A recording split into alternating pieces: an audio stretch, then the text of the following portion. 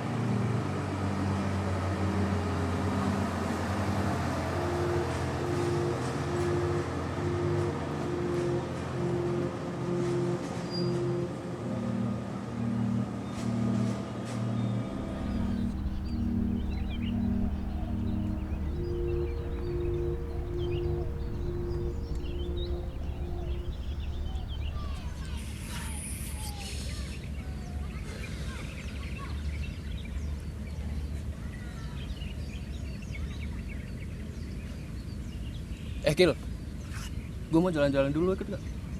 Enggak, mager. Yakin? Iya. Oh, oke. Gue cabut dulu ya.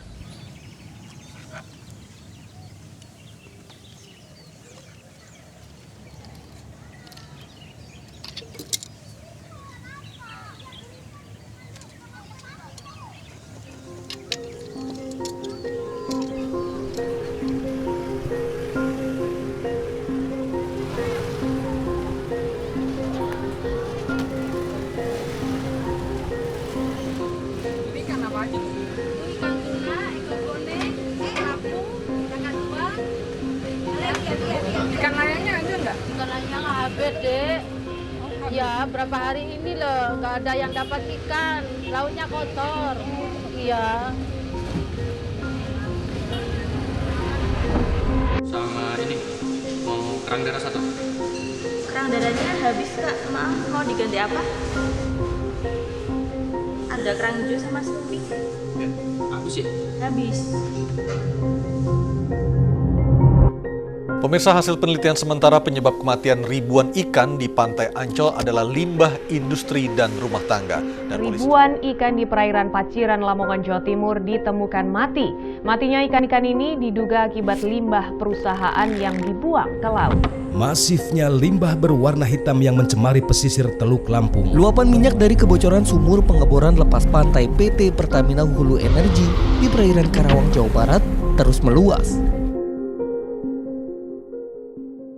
Gue udah terlalu sering mendengar berita yang mengangkat isu tentang pabrik atau perindustrian yang berada di pesisir. Industri yang sering gue dengar di berita adalah industri perikanan yang secara langsung membuang limbah mereka ke dalam laut.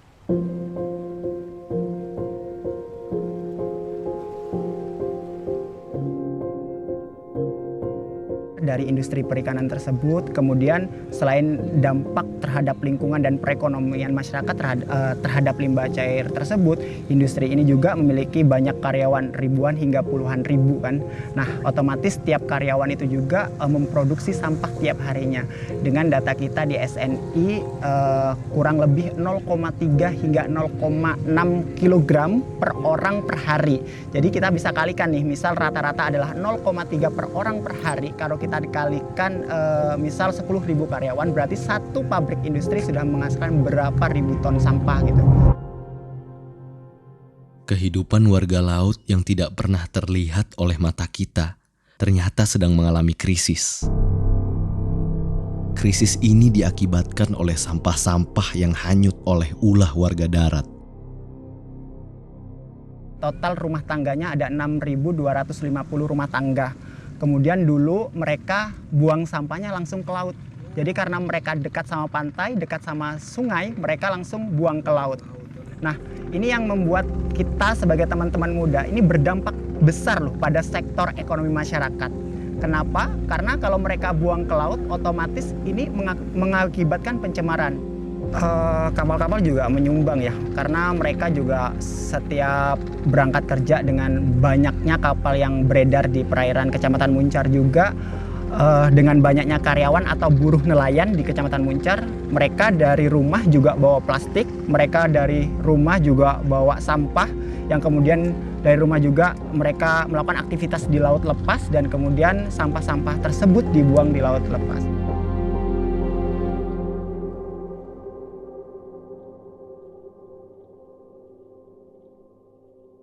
Setiap mereka ngelepas jaring kemudian diangkat, yang mereka tangkap bukan ikan tapi kebanyakan sampah gitu kan.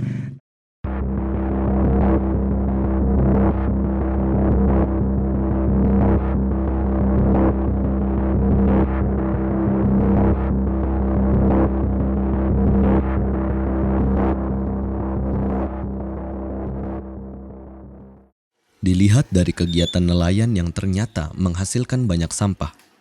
Pada faktanya, menurut data dari kelompok konservasi lautan di Washington DC, Our World in Data, Dinas Lingkungan Hidup Jakarta, dan World Bank, urutan pertama jenis sampah yang paling banyak mengapung di lautan adalah putung rokok, kemasan makanan, dan disusul oleh plastik kresek serta sedotan plastik. Plastik itu ya, terutama plastik-plastik yang sekali pakai ya, itu senyawanya ini ya tidak stabil.